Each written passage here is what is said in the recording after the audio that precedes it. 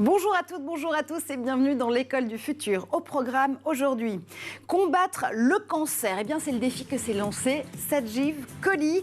Pari réussi pour l'étudiant canadien. On suit son parcours dans Génération Talent, bien évidemment. Il a une idée derrière la tech, c'est Guillaume Gralet. Guillaume, aujourd'hui, tu nous emmènes dans l'île de la crypto. C'est presque les contes de la crypte, quoique. Ouais, c'est un peu une île féerique assez surprenante. À partir de 2023, il y a pas mal de passionnés qui devraient s'y retrouver.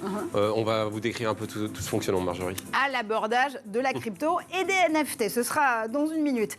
Et aujourd'hui, une question du jour en séquence immersion. Le métavers est-il la future salle de classe ou la salle de classe du futur tout court?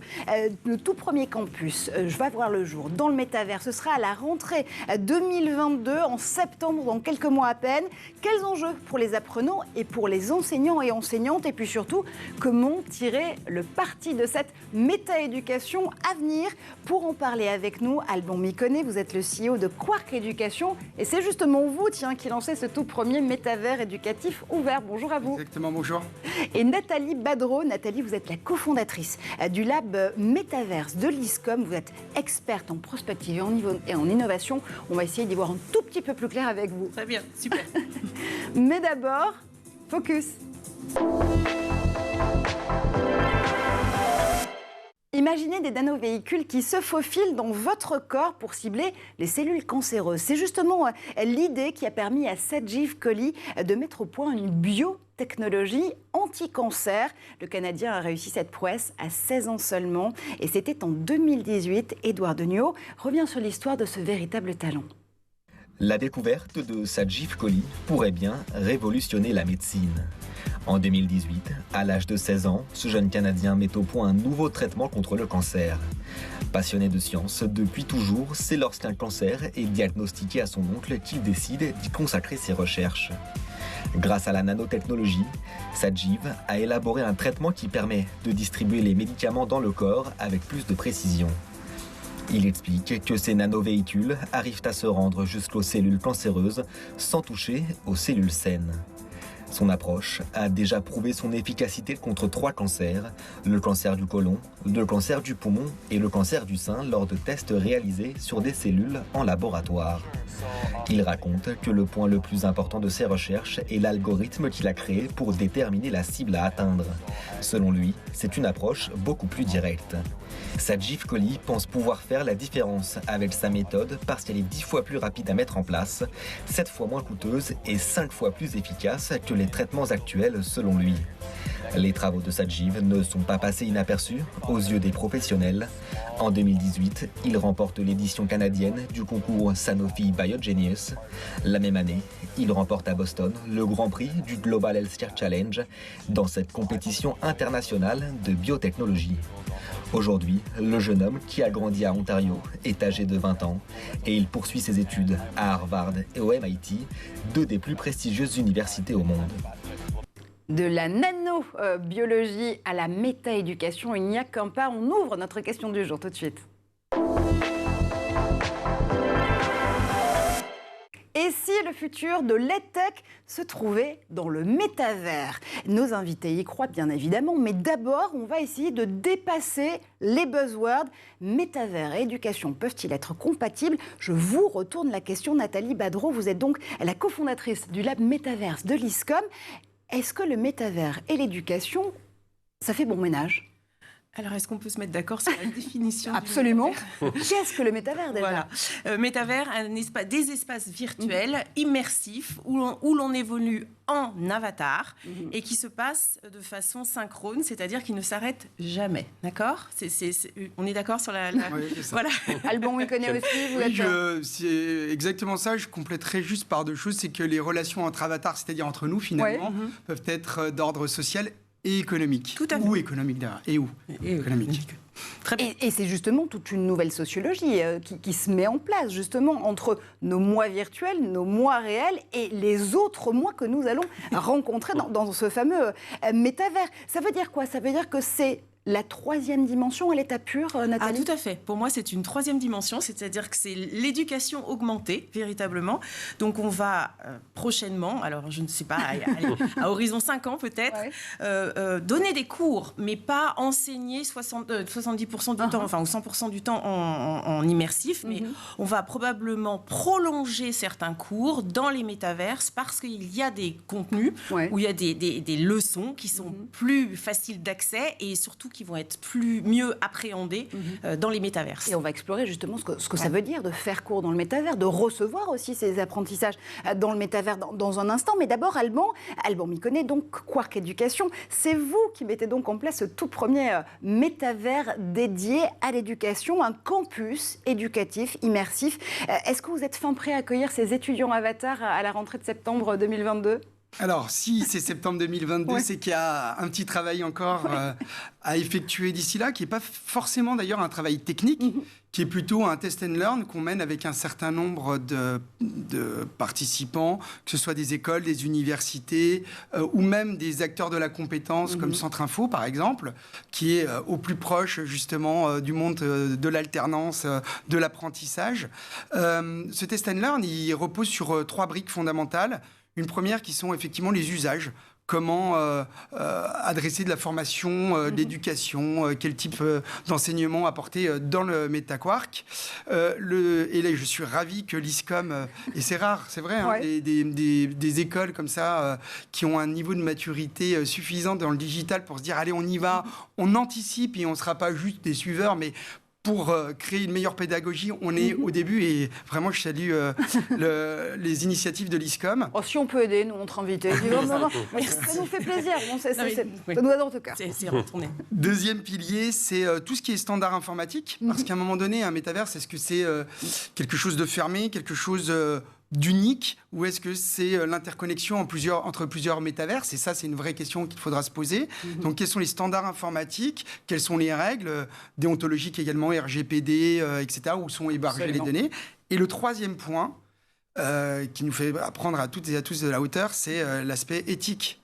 C'est quoi être citoyen du MetaQuark? Est-ce que, une question simple, est-ce que demain, on reproduit dans le MetaQuark des pathologies, des handicaps, quelle est la part de la laïcité dans le MetaQuark? Des vraies questions et qui dépassent même juste le monde de l'éducation. C'est, je crois aussi, l'opportunité, puisque c'est quelque chose d'innovant, où il faut poser les piliers, les fondamentaux, d'éviter aussi les erreurs qu'on a pu faire sur les réseaux sociaux. Et essayer d'avoir quelque chose d'un peu plus éthique et responsable. Oui, parce qu'on décrit souvent le métavers comme une évolution naturelle des réseaux sociaux. Évidemment, on y reviendra dans un instant, mais si vous parlez de MetaQuark, c'est parce que ce fameux métavers, ce campus ouvert et cet univers immersif ouvert, c'est le nom que vous lui donné, MetaQuark tout court.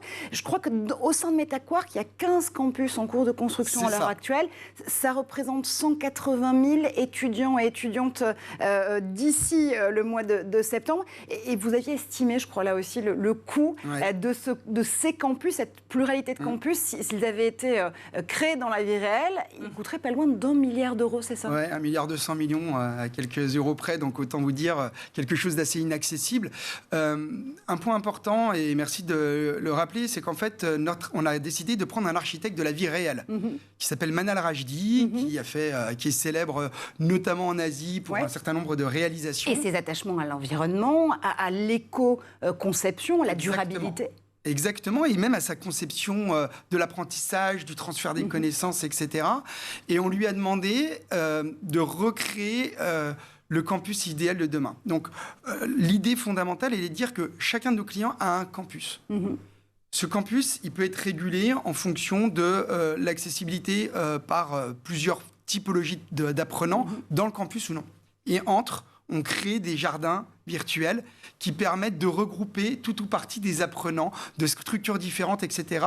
Parce qu'effectivement, l'un des éléments clés du MetaQuark et du métaverse en général, c'est le fait qu'il ne soit jamais fermé, donc toujours ouvert, et que il se passe soit toujours quelque chose, y compris chez nous des couchers de soleil. Vous voyez, on peut regarder entre amis un coucher de soleil et en même temps rencontrer des personnalités qui feront la carrière de demain ou qui feront l'évolution de demain de chacun des apprenants. Ce qu'on appelle plus généralement la sérendipité, la capacité d'apprendre par la rencontre avec quelqu'un d'autre. Et ce qui est vraiment intéressant, notamment, puisque vous citez l'œuvre de Manan Rajdi, qui est donc l'architecte auquel vous avez confié les rênes, justement de la construction de ce métaquark, eh bien, l'idée, c'est d'aller chercher ces émotions positives. C'est vraiment, finalement, d'utiliser ce qu'on appelle beaucoup dans le numérique l'expérience utilisateur comme une expérience apprenant, et j'imagine aussi une expérience professeur, pour redonner cette idée, encore une fois, de bien-être, plonger apprenants et enseignants dans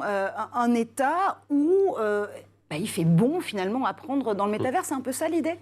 Oui, effectivement, il y a tous ces acteurs, mais aussi, il y a aussi, par exemple, je cite Chaussea, qui est un acteur du monde du business, on va dire comme ça, puisque Chaussea regroupe plus de 500 magasins en France, vendent de la chaussure, etc. Et vient dans le métaquark pour recruter en job dating les futurs alternants, parce qu'il y a aussi un combat des talents aujourd'hui qui se fait sur des métiers en tension, etc. Et donc, ils viennent recruter des apprenants, améliorer leur marque employeur, se mettre au niveau aussi et aux attentes des apprenants, des alternants, de leurs futurs salariés. Donc, le monde du business aussi a toute sa place dans le métaquark. C'est également, effectivement, former les enseignants, former les formateurs, mais aussi ne jamais opposer le monde physique au monde digital. Ouais. C'est pas parce que... Et ça, c'est vraiment quelque chose de très important. On parle du X. Finalement, on peut parler de clients. Il y a des clients, donc des étudiants, des apprenants, qui veulent passer leur formation dans des schémas traditionnels physiques. Tant mieux. Le métaquark peut être un accompagnement en amont, par exemple pour les onboarding, c'est-à-dire avant de venir à l'école. Il y a certaines craintes quelquefois, eh bien on découvre, on se fait des amis avant. Pendant, eh bien, le soir, on peut se retrouver, travailler en mode projet, etc. ensemble. Et puis après, continuer à animer des cohortes d'alumni qui peuvent se retrouver, échanger avec des professionnels, des anciens, etc. et des anciennes. Donc ça, si vous voulez, c'est pas du tout opposé. Et puis, il y en a d'autres qui doivent, pour des raisons économiques, pour des raisons personnelles, apprendre à distance. Il vaut mieux apprendre à distance en rencontrant les autres, en ayant ce sentiment d'appartenance, plutôt que d'être seul face à un site internet qui ne vous répond pas. Guillaume, tu as beaucoup enquêté sur le métavers et sur les différentes formes, justement, qu'il pourrait prendre en fonction de ces degrés d'application et ces secteurs d'application. T'aimerais apprendre dans le métavers ? Non, ce que je trouve super intéressant dans vos deux approches, en fait, c'est le côté interopérable. C'est-à-dire, en tout cas, vous prenez ça en compte dès le départ, dès la création du métaquark notamment, la possibilité d'être libre dans un monde ouvert. Après, j'avais une petite question qui est très terre-à-terre, entre guillemets. C'est combien de couchers de soleil ? Est-ce qu'il y en a un par jour ou pas ? Est-ce que vous allez reproduire le rythme biologique de la Terre qu'on connaît ou pas forcément ? Ou c'est encore en discussion ? Non, mais c'est une vraie question.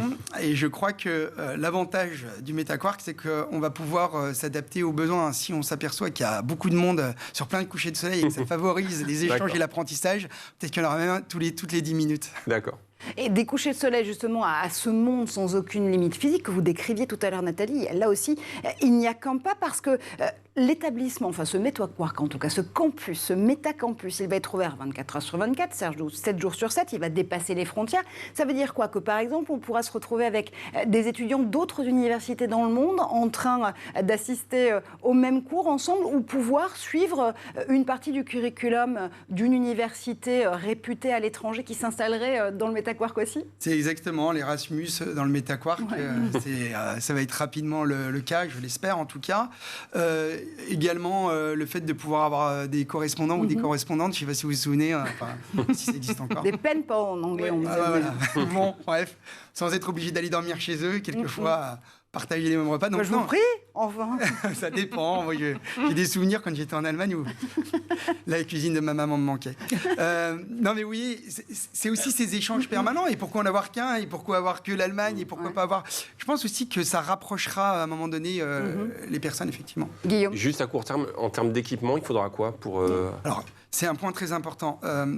Déjà, la première action que nous avons opérée avec notre partenaire qui s'appelle Manzalab, c'est de pouvoir avoir accès au MetaQuark avec une simple adresse URL. Il faut savoir que le MetaQuark et les métaverses en général, mais précisément le nôtre, est 10 fois moins gourmand en bande passante qu'une visio. Donc ça, c'est important quand on parle aussi de développement durable, d'économie, d'écologie, etc. C'est vraiment très important. Et il y a également la possibilité d'avoir accès avec des lunettes en réalité virtuelle. Notre idée, vous voyez, quand on parle des standards informatiques, c'est de dire, venez, il y a une connexion simple, rapide, pour pouvoir avoir quelque chose d'immersif depuis votre ordinateur. Et à chaque fois qu'il y a une mise en application, un TP par exemple, travaux pratiques, eh bien, vous pouvez mettre vos lunettes et vous retrouver en immersif. C'est aussi ça, je pense, l'important et l'essentiel, c'est qu'on puisse ouvrir au plus grand nombre et donc ne pas dépendre du coût de l'équipement. Nathalie, encore une fois, vous êtes donc experte en prospective, en innovation. Vous suivez ces développements du métavers de très près avec un lab dédié justement aux questions de métavers à l'ISCOM. Quand vous entendez le modèle qu'Alban est en train d'exposer avec MetaQuark, vous vous dites quoi? Que oui, OK, on dépasse la simple transposition du MOOC dans un univers immersif avec cette proposition de métavers éducatif-là. Mais ça veut dire qu'il faut aussi redéfinir les règles du jeu. Comment faire cours dans le métavers? Comment le recevoir? Alors nous, à l'ISCOM, on est un peu des bêta-testeurs. Je crois qu'on s'est bien trouvé là-dessus parce que ça fait donc 1 an qu'on réfléchit au sujet et le paroxysme de cette recherche aura lieu en juin, début juillet, parce qu'on va plonger nos élèves véritablement dans les mondes virtuels et on va leur demander d'imaginer, c'est des 5e années, donc ils sortent, ils vont avoir fini leurs études et on va leur demander d'imaginer ce qu'aurait été, comment ils auraient envisagé leur étude, leur parcours dans des mondes immersifs, totalement. Et en fait, évidemment, ils vont être équipés de lunettes. Alors là, je ne citerai pas la marque, mais on va les équiper de lunettes et on va leur demander vraiment, une fois qu'on a vécu l'immersion, parce qu'il faut vraiment le vivre pour comprendre comment ça... Et qu'on les aura un peu aiguillés, bien sûr, parce qu'on va leur faire des conférences, etc. On va leur demander justement d'imaginer Et ça va nous soulever énormément de questions, bien sûr, auxquelles on n'a pas encore les réponses, parce que c'est nouveau. Et ensuite, j'espère qu'on collaborera pour justement faire de cette grande métaverse de l'éducation quelque chose d'efficace. Parce que c'est surtout ça. Derrière l'effet d'annonce, il faut être efficace. Ça, c'est un petit peu... Et c'est pour ça que c'est important de faire du bêta-test, comme on essaye de faire à l'ISCOM. Et c'est intéressant parce que les professeurs, les élèves, on a vraiment un écosystème... différents, avec des approches différentes, et c'est passionnant. Alors, encore une fois, ça veut dire quoi? Ça veut dire qu'on mise sur l'interactivité, évidemment, dans le métavers, sur l'échange social et sociétal en même temps. On redéfinit justement ces règles du jeu, la façon dont on va pouvoir se comporter dans cet univers-là. Ça veut dire qu'on ne peut plus faire de top-down en matière de cours, concrètement. Pardon. Ah, vous n'êtes pas si sûr que ça. Si, avec ou sans métaverse, oui, on ne peut plus faire de top-down. Pardon, oui, je pense qu'il faut, en tout cas, clairement, et c'est une des... Moi, je pense que c'est pour ça que le fait que des écoles se lancent en avance de phase dans des dispositifs de la sorte, ça ne peut faire qu'évoluer les choses positivement, parce que la première des révolutions, elle n'est pas technologique, elle est dans l'enseignement et l'accompagnement et la façon de faire le cours. L'appréhension, il faut accompagner le plus possible les enseignants et les formateurs dans la maîtrise de l'outil. S'ils ont peur, ils n'iront pas. Il faut accepter aujourd'hui aussi de répondre aux besoins de l'apprenant et donc dans une posture de service plus qu'une posture de produit. Vous voyez ce que je veux dire? Où on arrive, ta classe, c'est comme ça, t'écoutes, t'as le PowerPoint, voilà. Mais donc ça passe comment concrètement avec les enseignants et les enseignantes que vous êtes en train, si je comprends bien, de coacher pour les accompagner à faire cours dans ce métavers? Pour moi, il y a 2 phases. La première des phases, encore une fois, c'est le test and learn. C'est-à-dire, c'est ce qu'on fait notamment avec la fondation UNIT, qui est une fondation qui regroupe 80 établissements d'enseignement supérieur, publics, notamment des universités, etc., dans les métiers de tout ce qui est ingénieur, etc. Donc, eux font depuis la semaine dernière un test and learn dans le MetaQuark, où vous avez des enseignants, des formateurs, des formatrices qui viennent et qui testent des choses, qui proposent des choses. Donc, la première façon de les intégrer dans ce dispositif. C'est ce que fait l'ISCOM avec ses étudiants. Nous, c'est de les amener en leur disant allez-y, faites un retour critique, on s'expose.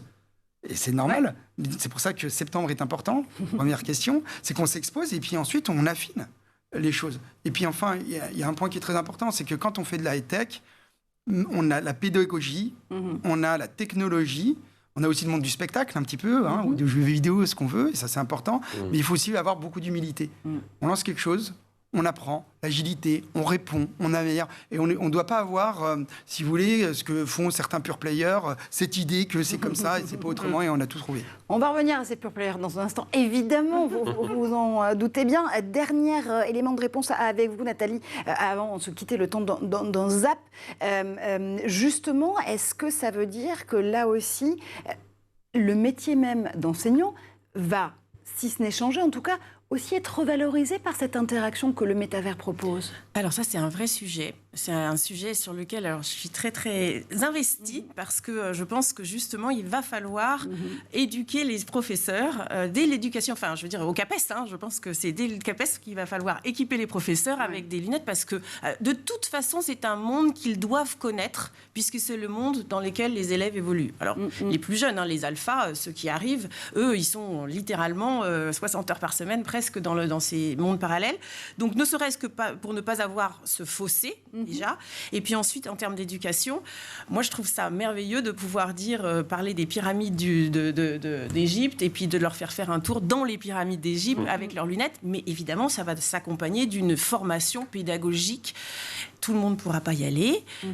On le sait, tout le monde n'est pas parti dans le e-learning. Enfin, il y a des professeurs qui resteront classiques et c'est très bien. Et puis, il y en a d'autres qui évolueront dans ce sens-là.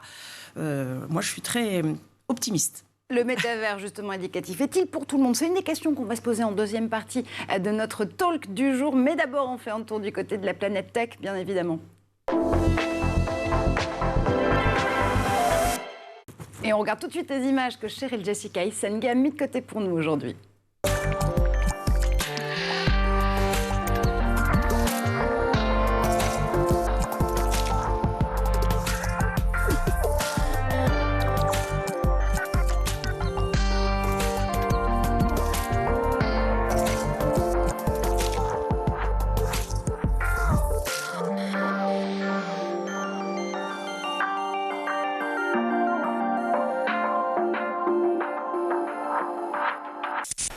Обратите внимание, вот 4 ложки, 4 одноковенных батареи. Вот создаем магнитное поле. Это закон физики. При правильном расстоянии, посмотрите, вот поставили 3 батарейки. Вот берем обыкновенную копеечку, вот поставили. Вот смотрите, вот батарейка. Только я ставлю батарейку, вот все, магнитное поле заработало. Смотрите, копеечка сама по себе ходит. Вот убираю батареечку. Раз, упала. Вот еще раз показываю. Вот ставишь батарейку, магнитное поле сработало. Посмотрите, копеечка сама крутится. Вот убрали. Раз, упала. Это закон физики. Could we take a selfie together? Yes, you may. All right, awesome. Can I ask you what your name is? My name is Ashley. My name is Alexa. Nice to meet you. Nice to meet you too.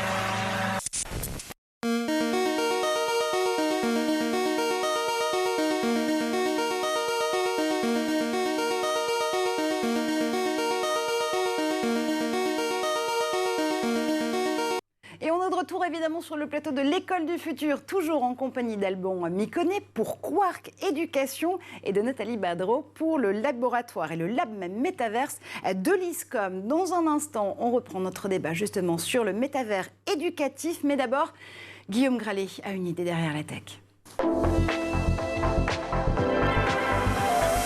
Et Guillaume, avec toi aujourd'hui, on va partir sur une île quasiment magique, en tout cas c'est celle de l'archipel du Vanuatu, en Océanie, l'île des cryptos. Oui, alors en fait, il faut s'imaginer, il faut avoir envie de voyager. On n'est pas loin de la Nouvelle-Calédonie. On va aller sur une île, en tout cas, c'est le rêve de passionnés de la crypto qui veulent emmener jusqu'à 50 000 personnes à partir de 2023. Ce ne sera pas uniquement pour aller buller sur la plage, même si on en a tous envie en ce moment, mais c'est pour imaginer à quoi pourrait ressembler une crypto-vie, une vie totalement... qui repose totalement sur les valeurs crypto, c'est-à-dire celle de la décentralisation notamment. On doit ce rêve à 4 investisseurs, Denis Traillac, James Lao, Taxas Filatov ou encore Benjamin Nero, et ils ont raconté leurs aventures, pour ceux qui veulent en savoir plus, aux médias spécialisés Cointelegraph. Alors cette fois-ci, on vit une vie crypto, mais dans un univers bien réel, on n'est pas dans un métavers pour ce coup-là. C'est même une île qui a déjà un nom, Satoshi Island, pour rendre hommage au créateur du Bitcoin. Oui, qu'on n'aura jamais retrouvé. Qu'on n'a jamais retrouvé, on ne sait pas vraiment qui c'est. C'est d'ailleurs une seule personne, un collectif. On sait qu'il envoie des messages, en tout cas, il veut faire croire qu'il envoie des messages du Japon.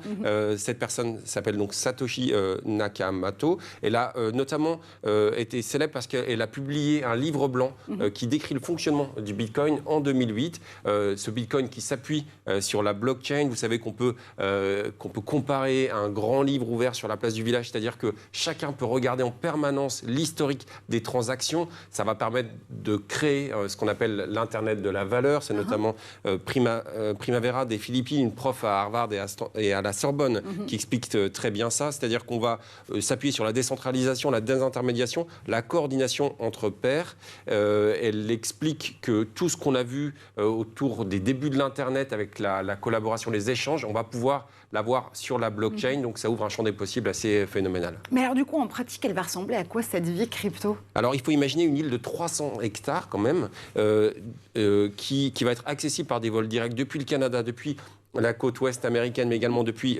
l'Indonésie. Aucune monnaie physique ne sera utilisée. On va pouvoir acheter des maisons dont certaines sont déjà en construction, mais uniquement grâce à des NFT, des jetons non fongibles qui s'appuient sur cette fameuse blockchain.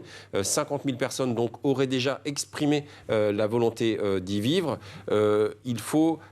C'est un véritable saut dans l'inconnu, mais pour certains qui veulent savoir à quoi ça ressemble, eh bien, il y a déjà des vidéos et des expériences qui se déroulent sur le métavers pour voir à quoi pourrait ressembler la vie sur place. Ah bah tiens, comme de par hasard, on y revient.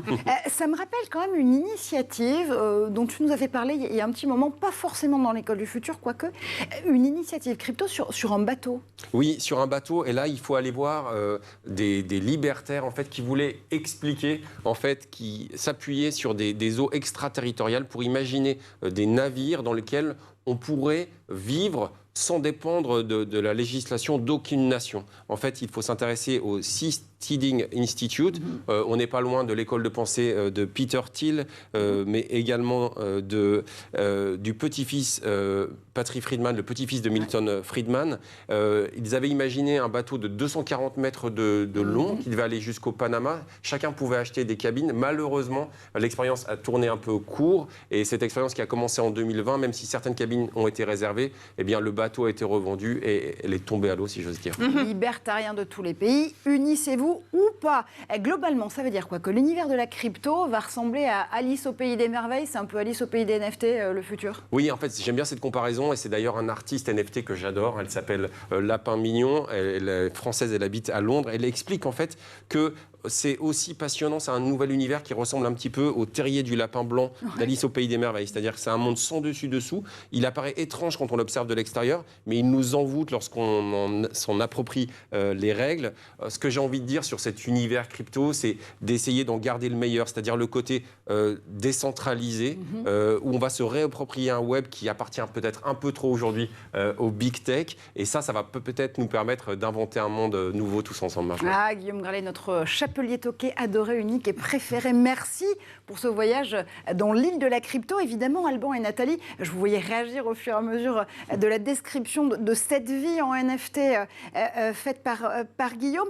Ça nous dit quoi? Ça nous dit que le fait de se projeter, d'une part, dans un univers éducatif sous forme de métavers, le fait de se projeter dans une vie crypto, ça y est, ça devient tangible. Toutes ces évolutions que le numérique attendait, notamment du Web 3, de cette nouvelle évolution du Web tel qu'on le connaît, ça y est, c'est déjà aujourd'hui?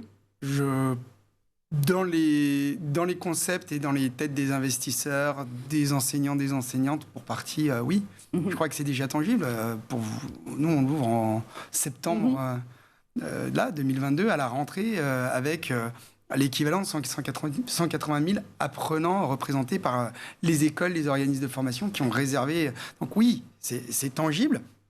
Maintenant, je pense qu'il faut faire attention à une chose, pas faire peur en disant qu'il y avait la vie sans métavers, et maintenant tout métaverse. Parce que ça ira à l'allure à laquelle ça ira, mais souvenez-vous, moi, je pense que c'est vraiment une rupture de technologie comme le téléphone portable l'a été.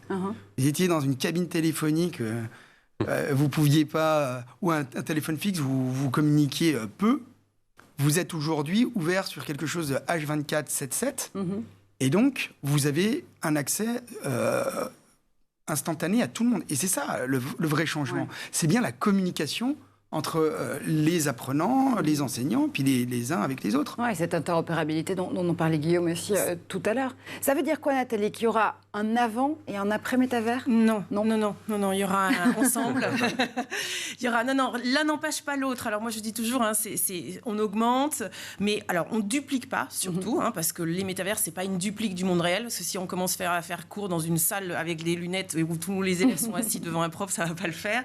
Donc c'est vraiment une augmentation du monde, et l'un ne va pas faire disparaître l'autre, ça va l'augmenter. Alors moi, comme je suis optimiste, je dis que ça va l'augmenter de façon un peu, merveilleuse, quoi.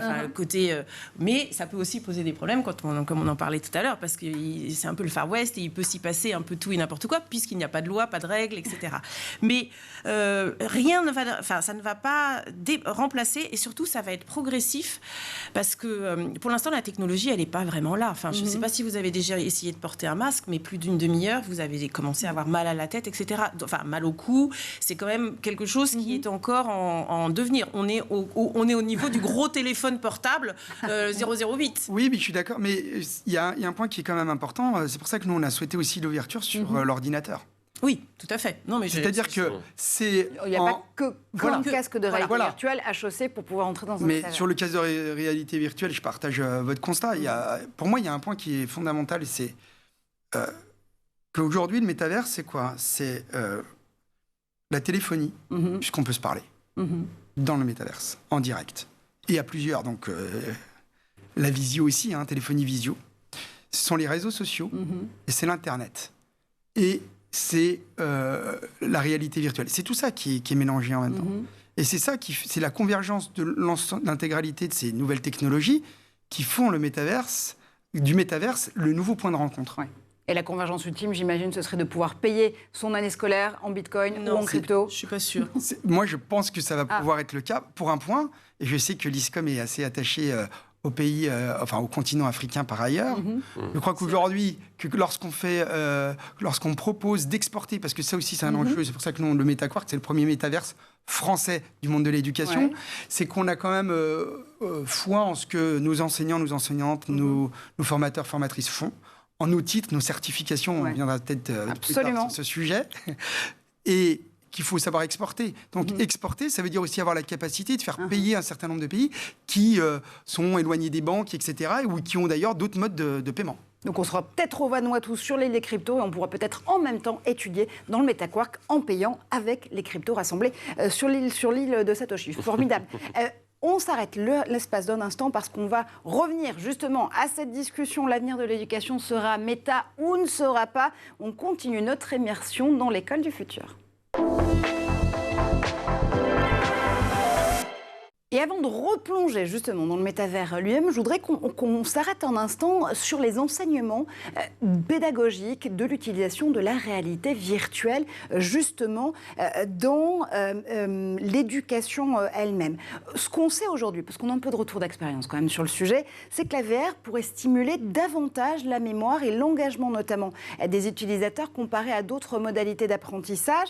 Selon d'ailleurs le média Virtual Reality, la réalité virtuelle permet d'améliorer les résultats d'apprentissage des utilisateurs de un petit peu plus de 8%. Ça veut dire que l'utilisation de l'immersion dans le métavers, elle pourrait être probante ?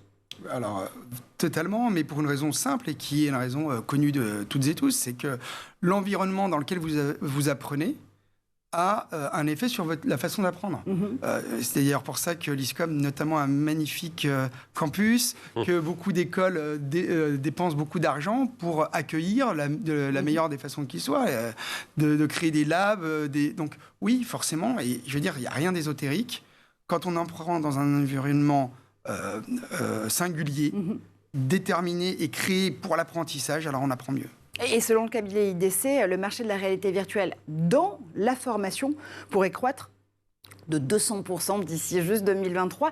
Ça veut dire que c'est une brique technologique dont on a besoin de toutes les façons dans le métavers. Alors, je vais revenir juste, il y a aussi un aspect neuroscientifique sur cette chose-là, parce qu'on retient le taux de rétention, la mémoire fait que Stanford a fait des études et dit sur 2 heures de cours promulgués de façon normale,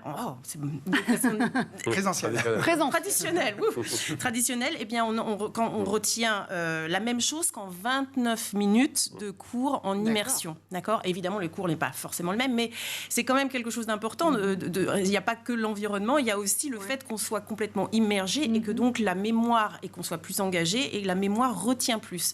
Et ça, c'est intéressant. On voit pour certains cours, pas pour tous, mais moi, j'ai passé des heures dans les amphithéâtres de la fac avec des profs qui parlent longtemps. Et je me dis qu'en 29 minutes, ça aurait été beaucoup mieux. Guillaume. Ouais, enfin pour moi j'ai l'impression que ce sont des armes d'immersion massive qui vous permettent des voyages dans l'espace et dans le temps quasiment infinis. Et on va peut-être se projeter un petit peu dans le futur, en tout cas dans le futur que nous prédisent certains technologues ou chercheurs, c'est d'avoir d'autres capteurs, la peau artificielle sur laquelle bosse Carnegie Mellon notamment. Imaginons qu'on va aller dans un château du Moyen-Âge, pas uniquement avec des lunettes de réalité virtuelle, mais avec une combinaison qui va vous permettre de prendre la peau d'un chevalier. Là, on va peut-être plus retenir encore cette fameuse bataille, puisqu'on va ressentir en direct certaines blessures, par exemple. Alors, il faut faire très attention, mais les futurs terminaux, les futurs capteurs à retour haptique nous amèneront peut-être sans doute encore plus de... Ah oui. Qu'est-ce que vous en pensez? Mais je pense totalement. De toute façon, c'est l'équipement, la technologie et l'accessibilité à ces technologies financières, etc. Ça, c'est ce qui va changer. Je vous donne un exemple pour l'un de nos clients qui souhaite... rester confidentiel, parce qu'il ouvre une école du tourisme très prochainement dans le métaverse, dans le MetaQuark. Il nous demande, par exemple, pour les hommes et les femmes de ménage, de pouvoir, avec les manettes, recréer la façon de nettoyer des parois de douche, etc., pour revoir la posture du dos. Enfin, vous voyez, c'est déjà aujourd'hui, avec notamment le Quest 2, qui sont les lunettes réalité virtuelle de Facebook, de Meta, pardon. Justement, vous voyez vers où on va. Donc oui, effectivement, c'est un des éléments. Et plus on va avancer, plus cette technologie va se démocratiser, plus on pourra faire des choses que l'on ne peut pas reproduire en présentiel, parce que là je vous rejoins, c'est que si on commence à faire la même chose que dans le présentiel sera toujours mieux que ce qu'on fera à distance. L'expérience de la réalité réelle est donc forcément plus forte que celle de la réalité virtuelle. Vous avez lâché le mot, évidemment, c'est celui de Meta, anciennement Facebook, de Meta à Microsoft, à Activision ou à Disney, chacun cherche son métavers. La guerre des métavers, est-ce qu'elle aura lieu? Et surtout dans l'éducation, c'est vraiment la question qu'on va se poser maintenant, parce que amener plusieurs propositions de métavers, d'univers immersif, éducatif, ouvert, c'est aussi se poser la question de quelle conception du métavers on veut défendre, Alban, si je ne m'abuse. Tout à fait. Déjà, la première conception que je défends du métavers, c'est qu'il doit être ouvert. Bon, donc nous, on crée le premier métavers français ouvert. Voilà, alors ouvert à la France dans un premier temps, bien évidemment, mais il y a aussi un point qui est important. On voit bien les problèmes que ça peut créer d'avoir des sociétés étrangères, les GAFAM, etc., qui dirigent, qui collectent nos données et qui même dirigent nos pensées. Quand on est dans l'éducation, c'est la civilisation. Donc je pense que c'est un combat aujourd'hui de toutes et tous qui défendons les valeurs françaises, l'éducation, la formation française, et que c'est pas un vain mot. Donc je crois qu'on doit être engagé. Alors on peut se poser la question, et on me pose la question, oui, mais toi, t'as pas d'enfants, pour le meilleur. Alors si j'ai des enfants, bien évidemment, j'ai conscience des risques que ça peut donner, peut avoir, mais aussi des opportunités, et surtout des risques de ne pas y être. Moi, je considère qu'aujourd'hui, on fait de l'éducation par vocation. C'est un métier comme tant d'autres avec de la vocation. Et donc, que notre première vocation, elle est de défendre nos valeurs, notre civilisation, sans aller guerroyer avec qui que ce soit.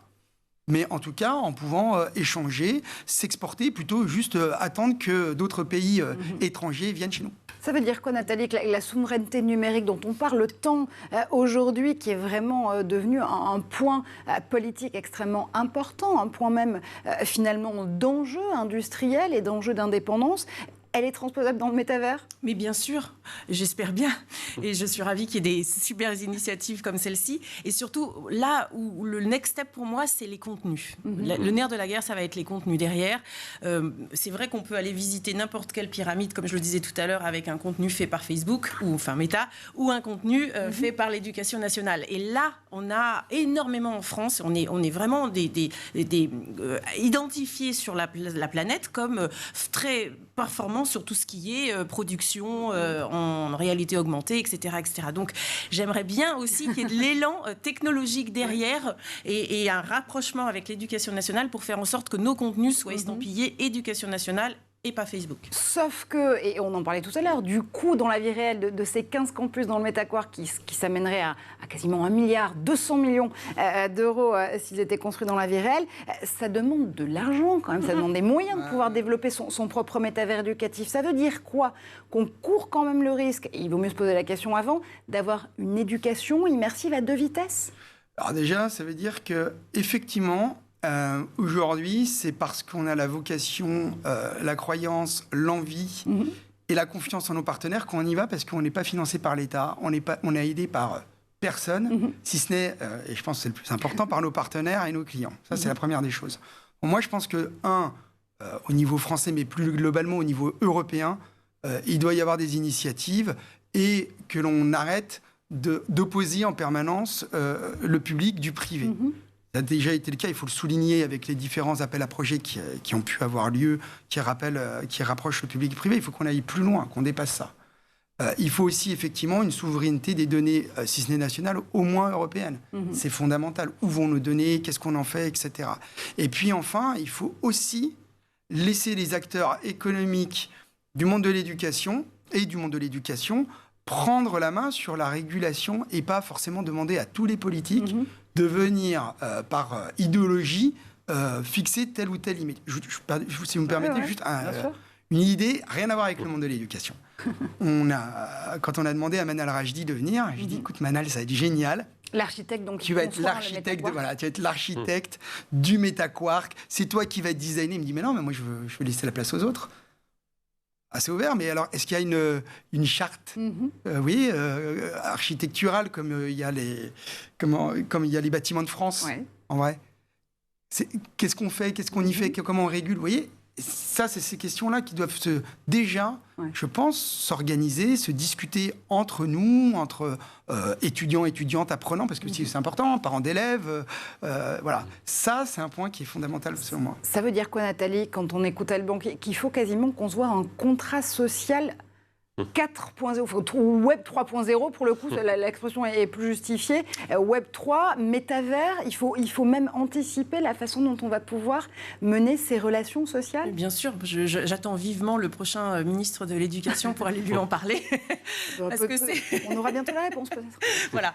Non, mais parce que c'est un enjeu, c'est un véritable enjeu. Je pense que c'est le nerf de la guerre, je le redis, parce que ok, on a on va avoir des référents, mais il faut des contenus contenu, il faut qu'on soit performant sur la façon dont on amène ça à l'éducation nationale. Je reprends l'éducation nationale, mais vous le savez, c'est quelque chose qui bouge difficilement, donc il va falloir y aller doucement, avec des contenus appropriés, faits en communauté, avec les professeurs qui veulent bien participer. Voilà, je suis un peu utopiste là-dessus, mais j'y crois. Mais je crois que, Bien sûr. l'utopisme, c'est ce qui doit nous guider. Ben oui. Aujourd'hui, on n'a pas de conduite du changement. On arrive sur quelque chose qui est vierge. Toutes les utopies qu'on ne peut pas mettre en place parce qu'il y a des couches infinies au millefeuille, etc., parce qu'il y a des croyances, etc. Au contraire, c'est la possibilité peut-être d'avoir un monde parallèle utopique qui finalement ferait le lien entre les deux et qui ferait du bien. On parle de la RSE, c'est super. Comment on peut donner aujourd'hui accès à un campus designé par un des meilleurs architectes alors qu'on habite dans une banlieue défavorisée? Quand même génial. Donc on peut réussir à éviter peut-être l'état de Far West du métavers éducatif, mais il faut s'y prendre relativement tôt et déjà maintenant. Guillaume, dernière question avec toi. Oui, en fait, c'est plutôt un complément. En fait, vous dites que ce serait bien qu'on ait un peu une souveraineté numérique européenne. Je pense qu'on a aussi la carte à jouer de la gamification. C'est-à-dire qu'il faut qu'on ait envie d'aller dans ces mondes. Et pour en parler avec Arthur Madrid, par exemple, ou Sébastien Bourget, vous savez, qui sont à l'origine de Sandbox, ils expliquent que en fait, l'expérience sera celle qui sera construite par les utilisateurs et qui sera même dont ils seront même copropriétaires. C'est un peu la promesse du Web 3. On verra si c'est le cas. Est-ce que vous intégrez des développeurs de jeux vidéo déjà, peut-être à l'avenir, sachant qu'on a pas mal de créateurs en France? Alors, effectivement, et vous voyez, on va même plus loin, puisqu'on on intègre des architectes. Qui l'eût cru? Donc, si vous voulez, les développeurs, jeux vidéo, etc., bien évidemment, mais là où je suis 100% d'accord avec vous, c'est que c'est les utilisateurs pluriels, les acteurs de la compétence au sens large, donc les enseignants, les formateurs, les recruteurs, les apprenants, élèves. Les apprenants, exactement, qui doivent faire partie. La co-création, mais aussi, et aussi, pour ne jamais rien opposer, les politiques. Et la première façon d'agir, c'est d'y être. Cette méta-éducation à co-créer, on le fait donc avec vous, Alban Méconnet, pour Quark Éducation, avec vous, Nathalie Badreau, pour le Lab Métaverse de l'ISCOM, évidemment toujours avec Guillaume Gralet, parce que tu as toujours une idée derrière la tech. Et avec vous, vous l'aurez bien compris. Donc rendez-vous en septembre 2022 pour les premiers étudiants avatars du MetaQuark. Merci à tous les deux. Vous venez évidemment quand vous voulez dans l'école du futur. Guillaume, tu restes avec moi. On se retrouve dès demain en plateau. Et vous aussi, je vous retrouve en plateau dès demain.